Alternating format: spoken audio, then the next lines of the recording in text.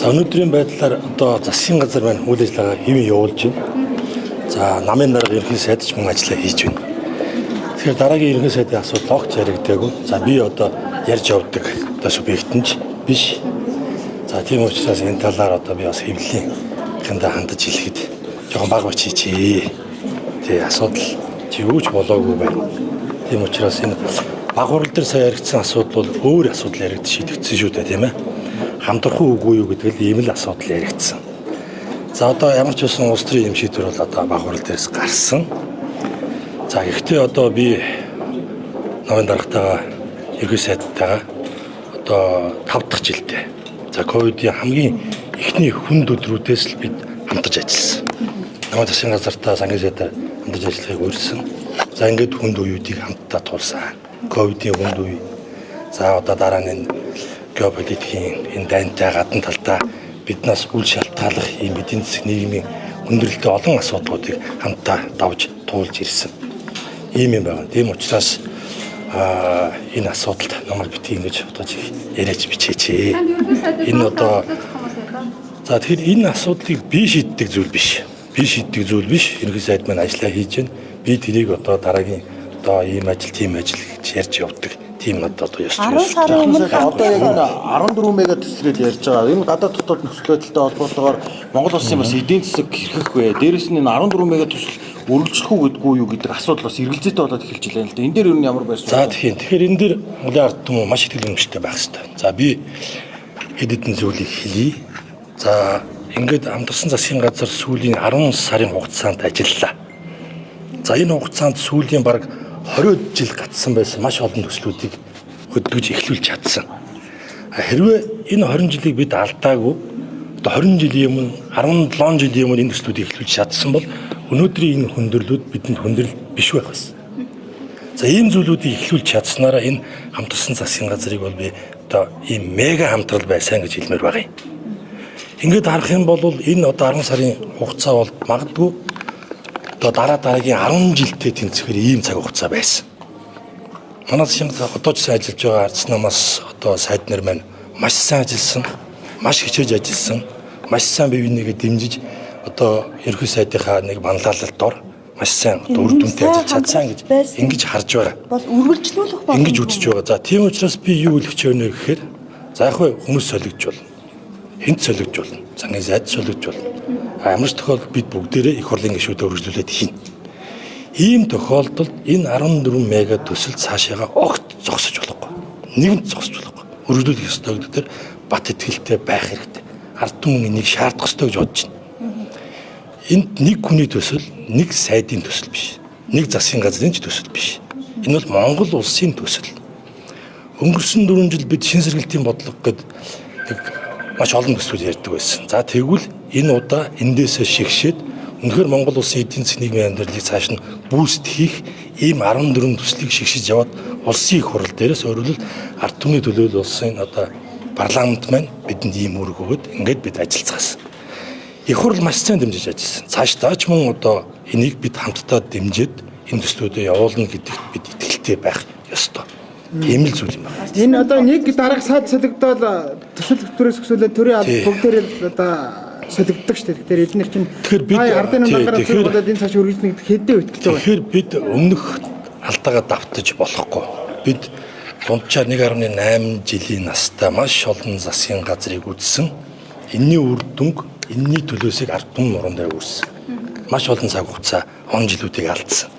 За тийм учраас одоо цоошноор эхэлсэн, цоошин түүх эхлүүлж байгаа энэ одоо парламент өөрсдийн бий болгосон энэ 14 мега төсөл гэдэг энэ түүхийг зогсолтгүй үргэлжлүүлэхээр бас ард түмнийхээ өмнө хүлээсэн хариуцлага байгаа гэж би бодож байна.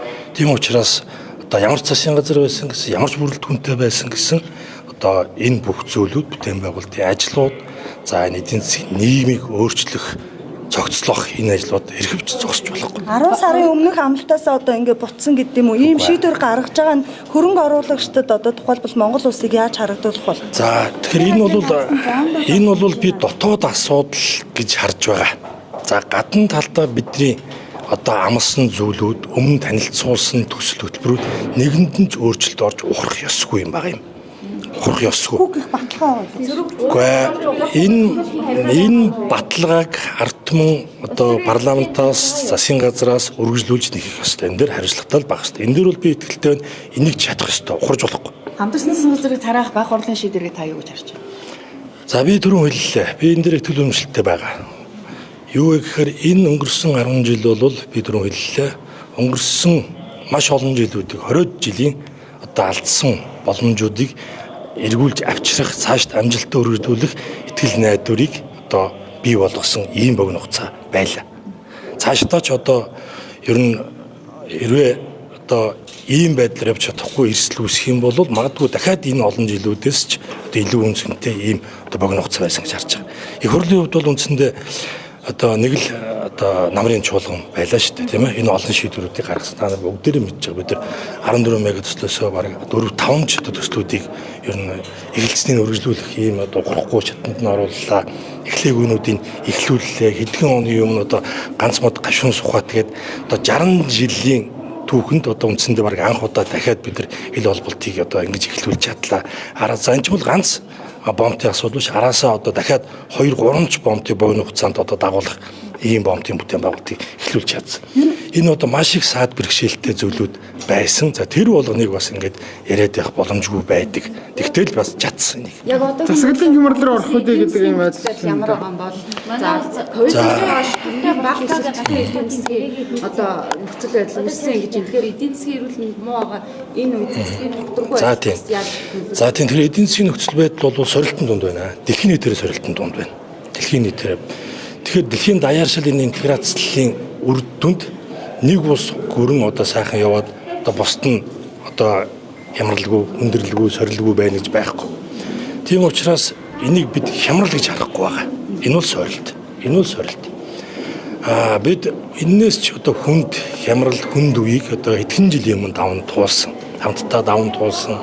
Ерхий сайднууд гайхамшигтай одоо баг бүрдүүлж энэ одоо хүнд үеийг улс төр нийгмийн эдийн засгийн манлайлалдаар бид хамтдаа даван туулсан. Тэгэхээр энэ сорилтыг бол бид одоо давнаа гэж харж байгаа. Тийм. Гагцхүү энэ дээр одоо цаг хугацааны хувьд энэ одоо 14 мега төслөөс бид ухаж болохгүй шүү. За яг хөө цаг хугацааны хувьд, санхүүжилтийн хувьд бид шинэ календард шинэ нэрмэнд бол оруулах ёстой. Ийм цаг үе дээр ирж байна. Харин 14 мега төслөөс гадна бусад одоо яг төсөвдөр ачаал ирж байгаа бүтээн байгуулалт болон одоо төр өөр дөрөө хяналт хийж болох ийм зүйлүүдийг бол одоо харин ойрын хугацаанд бид хийх ёстой. За энэ жилийн хувьд эхний хагас жилийн хувьд бол бид ямар ч байсан одоо олж байгаа орлоготой одоо тааруулаад одоо бид энэ дээр одоо засгийн газар өөрсдөө хэмнэлт хийгээд ингээд одоо зарцаах зүйлүүдэд зарцаагаад хойшлуулах зүйлүүдэд хойшлуулад ингээд ямар ч байсан засгийн газрын одоо үйл ажиллагааны хөтөлбөрт орсон бүх үйл ажиллагаануудаа ямар ч нэг саадгүй санхүүжүүлээд ингээд явж байна. Тийм учраас энэ одоо сорилт энэ хүндрэлээс гарахад бол одоо бидэнд бас гарцгүй зүйл биш. Энийг бид бол давж чадна гэж байна. Төсвийн газрын шаардлагын одоо сайд хийжсэн хүний хувьд та ардсан намаас ажилласан одоо 8 сайдыг засгийн газарт хамтрах үедээ хариуцлагын гэрээгээ зөрчсөн гэж үзэж байгаа юу? Энэ та ямар барьцтай байгаа вэ? Гэхдээ засгийн газрын гишүүдэд огт буруу байхгүй. Харин сайн ажилласан. Харин ч миний бодож байснаас илүү ажилласан. Хэн буруу? Гэхдээ би энийг бас буруутай гэж бас бодохгүй байна. Юу вэ гэвэл энийг бид нар бас цаг хугацаатай харьцуулж харах хэрэгтэй юм байна. Хамтрах үедээ бидний бүтээн байгуулсан зүйлсийн эндээс ирэх нийгмийн эдийн засгийн үр өгөөж тийм үү? За энийг одоо сүүлийн 20 жил алдсан. Магадгүй цаашдаа одоо хамтраагүйгээс бидний цаг хугацаа алдаж болцсохгүй зүйлтэй харьцуулах юм бол энэ юуч. Тийм учраас би хамтарсан засгийн газар энэ одоо хамтралыг бол одоо түүх үлдээсэн маш бүтээн байгуулалтын за ийм мега хамтрал байлаа л гэж хэлмээр. Дараагийн өдөр та одоо сангийн сайдаар үргэлжлүүлж гар нэлж ажиллах уу? За энэ миний шийдэх асуудал бол биш. Миний шийдэх асуудал биш. Ямар ч байсан би оюун эрдэнэ ерхий сайдынхаа одоо урьдчилан засгийн газарт одоо ерхий сайдтайгаа эцсийн мөчөртөл хамтарч ажиллаж байна. Тийм. Тэгэхээр цаашдын хувь заяа бол одоо би их хурлын гишүүн. Би ард түмний төлөөл, торгийнхоо төлөөл энэ ажлуулаа одоо үргэлжлүүлээд явхад одоо хаанаас ч байсан гэсэн өнөөдрийг хүртэл энэ засгийн газрын хийж бүтээсэн цаашид тавьсан зорилтыг нь бүх талаараа дэмжиж ажиллаж байна. Ерөнхий сайдыг одоо өргөдлөө гэсэн тохиолдолд улсын хурлаар хэлсэн шийдвэрлэнтэй. Тэгэхээр та одоо энэ дээр дэмжих үү, дэмжих үү? Ер нь одоо нэгэн засгийн газар Одоогоор тийм зүйл огт болоогүй байна. Ерөнхий сайдаас би ийм зүйл огт дуулаагүй байна. Хэрвээ ийм зүйл болвол ерөнхий сайд маань хамгийн дөрөнд кабинет гишүүдийг суулуулж хагаад ярилцах болов уу гэж бодож байна. Сүүлийн уралдааны хэдий бол бас хойшилж засгийн газар. За сүүлийн уралдаан гэж битгийлэрээ одоо оролдоон одоо зарлах байлгүй тийм үлээгээд байж байна.